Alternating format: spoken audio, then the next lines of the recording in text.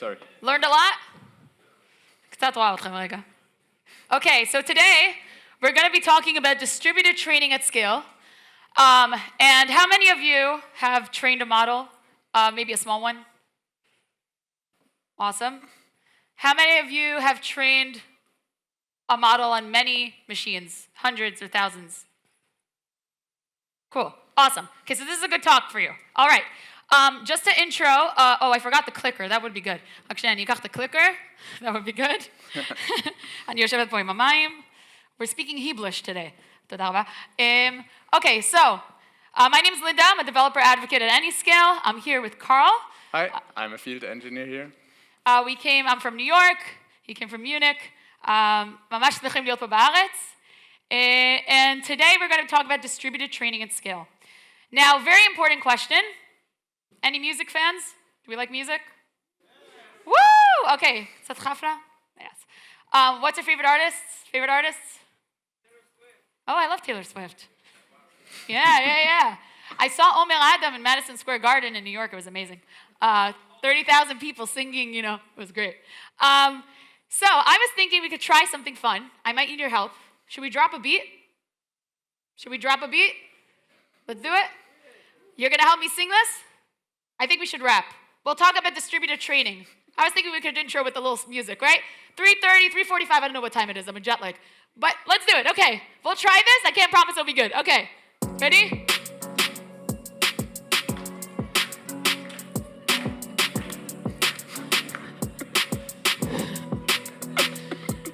Think of a GPU as a fixed size box, fixed memory computer when training starts.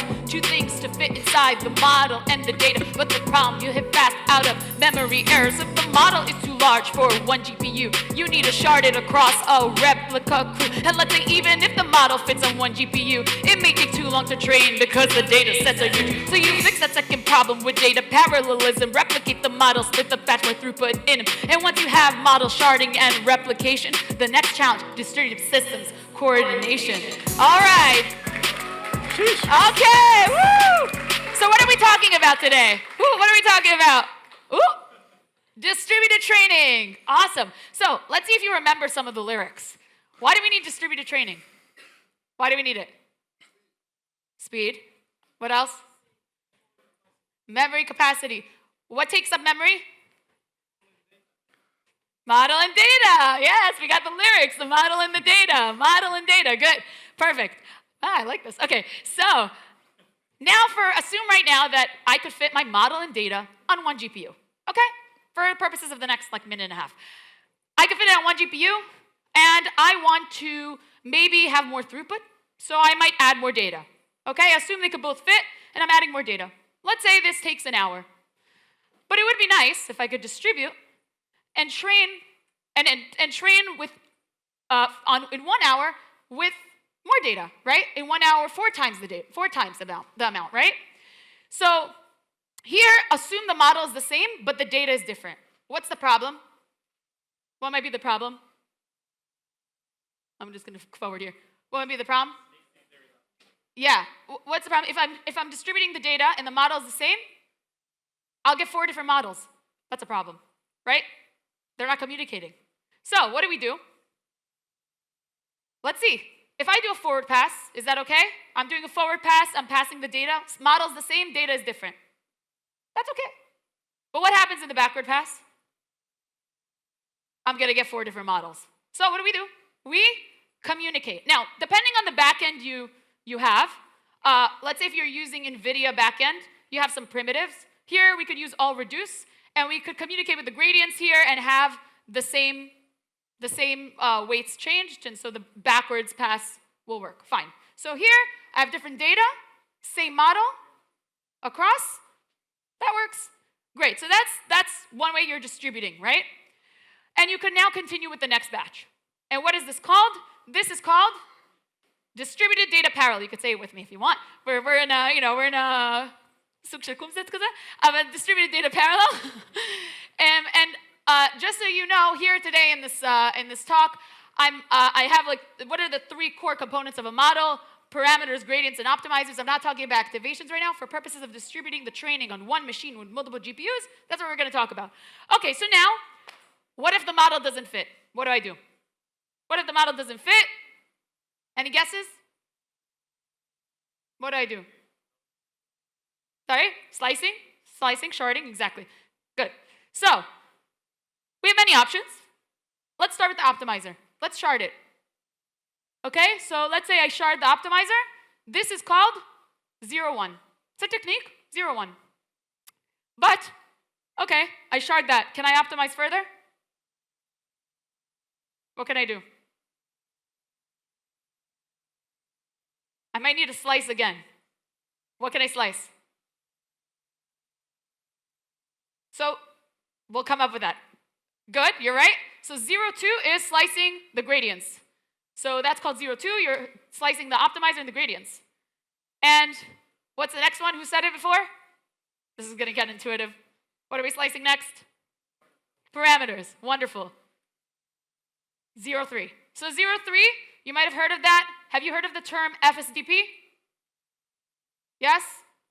Maybe? So 0-3 and FSDP are both techniques to distribute, right? 0-3 is the name from Microsoft. FSDP is the name from PyTorch, Meta. There's many techniques. This is one of them, and this is all distributed data. Now, how do we communicate? We talked before, we saw forward pass, backward pass. What happens here? Now I have different data and sharded models. So what do? Now I do a forward pass. Does that work?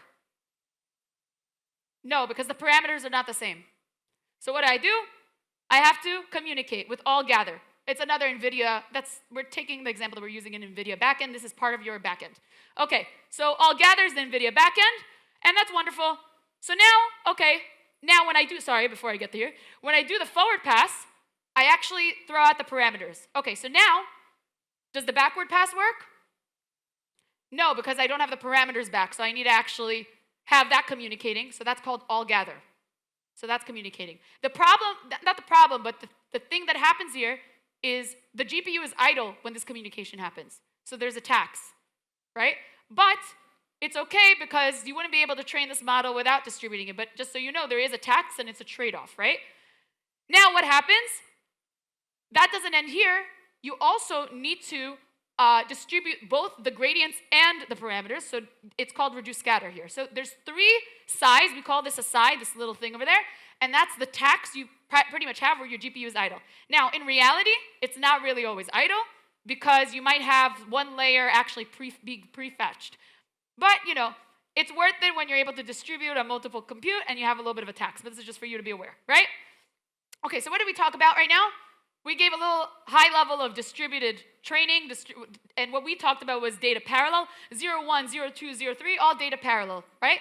Wonderful. There are other techniques, right? So we talked about some of these techniques, but there are many other ones to optimize further. Tensor, parallel, pipeline parallel, expert parallel. And all of these, right, we're talking about distributing on multiple GPUs with one machine. But when you start distributing on multiple machines with multiple GPUs, you're going to run into some problems. So you can see my shirt says Ray. I don't know if you see it. We are a distributed computing engine, open source Python native framework. We'll talk about it in a second. So we're going to look at some code in a moment about how you would distribute with PyTorch and how you would distribute Ray. But before I get into it, I'll just introduce you to Ray. So as I said, Ray is an open source Python native distributed computing engine. What it has, it could sit on any compute. You need hardware, right? Sits on any compute of your choice. And you could take pretty much any Python function and distribute it from your computer to multiple machines with just Python. Wonderful? We like Python? Yes? Yeah, okay. So it sits on any hardware of your choice, okay? AWS, GCP, Azure on your computer and your personal, whatever, right? Anywhere you run Kubernetes. Okay, and on top of that, it has libraries. Now, Ray has many libraries for many workloads. Everything from Ray Data, Ray Training, Ray Tune, RLib, serving. So pretty much throughout the ML pipeline, if you're pre-processing data, if you're training, if you're doing batch inference, if you're doing post-training, all of it, same framework, Python, open source, lovely. Okay, so also it has native integrations for VLLM. Hugging Face has all these built in, so it actually has native built-in functionality. VLLM actually uses Ray under the hood, and there's a very good integration there as well.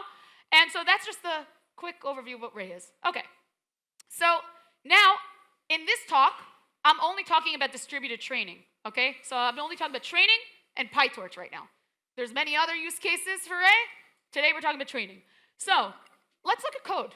And I can't see from here. Wait, hold on. Let me go over this way. Okay. So now let's look at just, I am doing distributed training. I'm doing distributed training only with PyTorch, vanilla PyTorch. What do I have to do?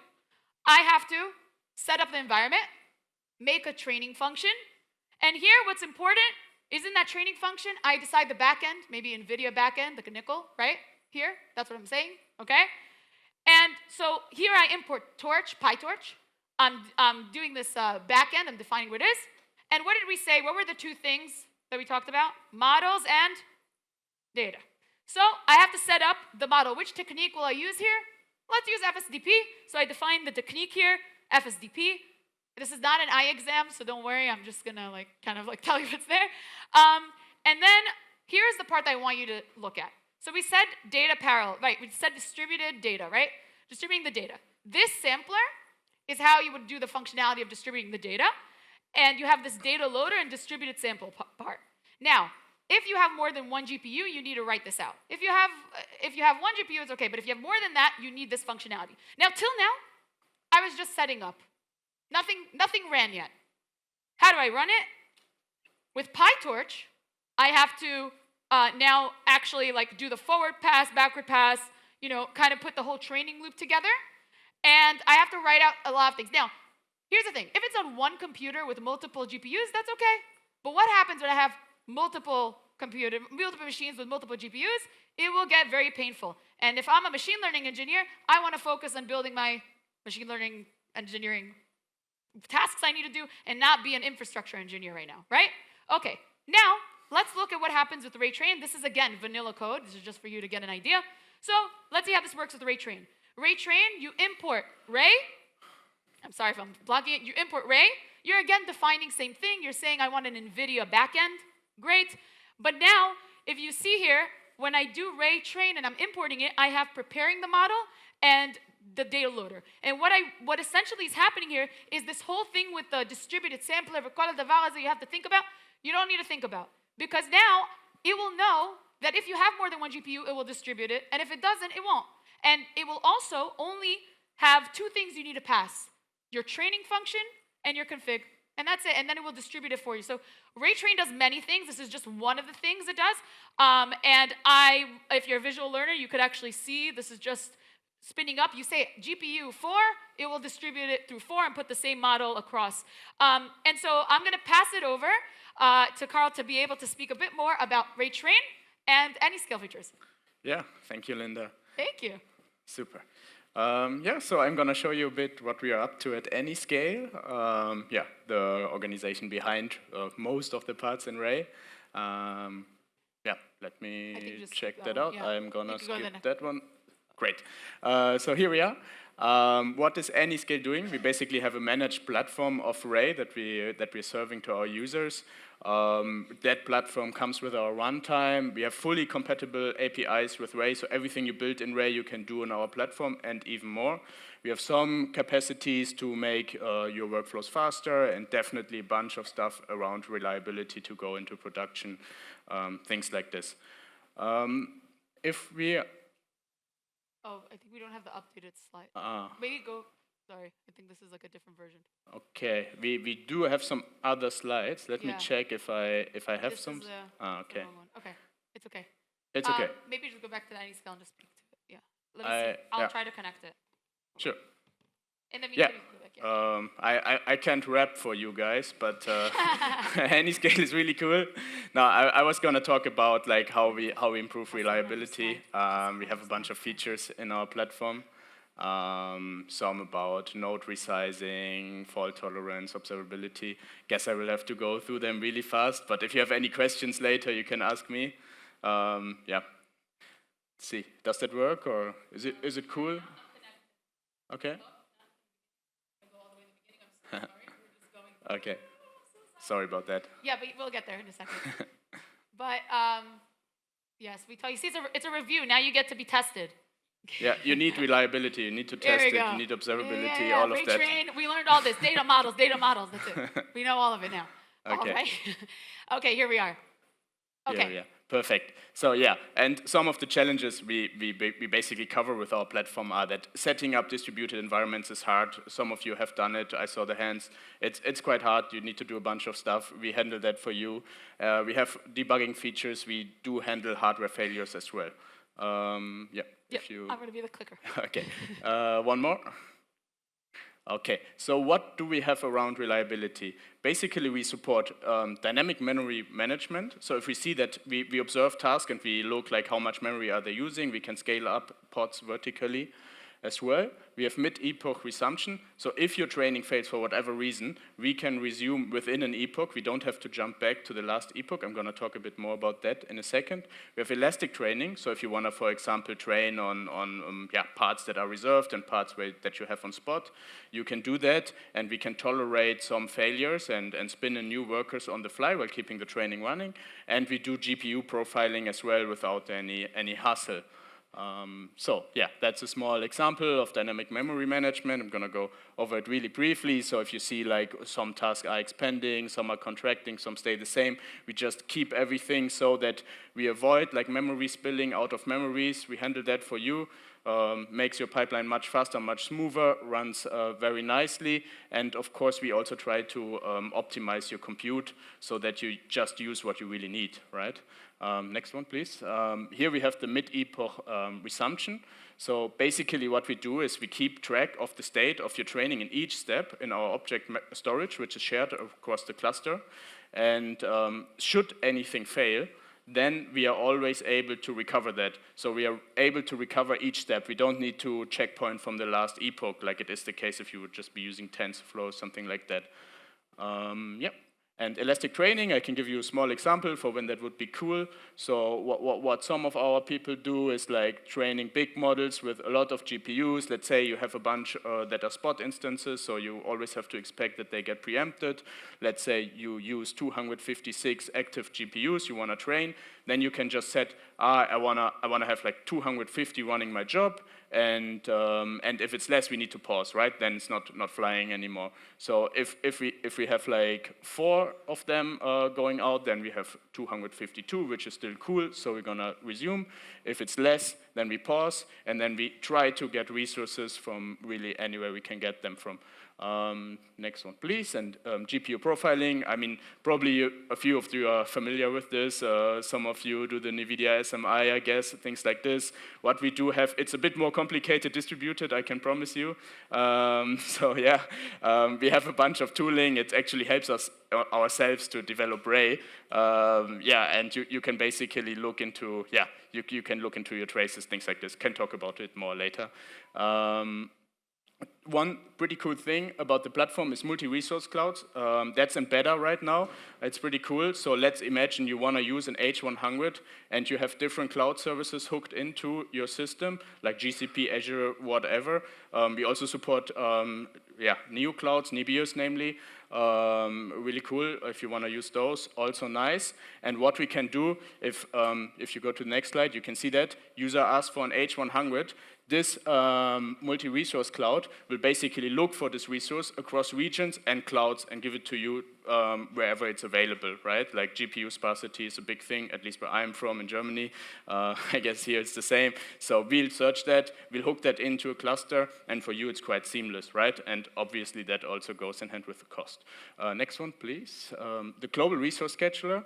Is also something really cool. I'm going to run through that and then I'll finish it. So imagine what some of our bigger customers, if you Google Ray or any scale do, is do big reservations of GPU. Maybe some of you have big GPU reservations. It's a good way to get hands on them. And what a lot of them do is then to partition your thing. Like if you, for example, have a chatbot, you need to partition an amount of GPUs for your inference. And then on another partition you run training, right? And so what happens is that if we do the inference, if we have a small load, we need to scale that up, right? And then this global resource scheduler will allow you to preempt training jobs and then scale up the inference block, right? So that works really nicely, and so we can scale that up. That's what we see here. Scale up, scale up, scale up, and then we can also scale down, right? And if some of those jobs get preempted, like your training job, we can prioritize those, and we can also search for resources elsewhere. But this makes sure we get our priorities straight, and we'll serve good latencies to our users that maybe want to be on the inference block, and while the training can wait, right? It's cool to do that tomorrow. Okay, cool. So Linda has a small part. Yeah, I think we're at time, but just a quick thing. We've been seeing a lot of people use an open source AI infra stack, and just to quickly show you, we're seeing a lot of customers and a lot of people using Ray, like Uber, Pinterest, OpenAI. They're using Ray with PyTorch, VLLM, Kubernetes. We talked today about distributed training with FSDP, right? But there's, for batch inference, we're seeing a lot of use of VLLM with Ray and Kubernetes, and so that's an AI stack we're seeing emerging, especially as the workloads become complicated, especially as we're using multimodal data, unstructured data, and that's where Ray shines. If you're using SQL, you could use Spark, but if you're using, you have unstructured data, it will save you a lot of money probably moving over to Ray. And it's open source, Python native. If you want to try it out, go to Ray.io. There's actually a free course. It's open source. Of course, the library is open source, but there's a free course to learn about Ray on multiple workloads, not just training, data, serving, post-training, all that.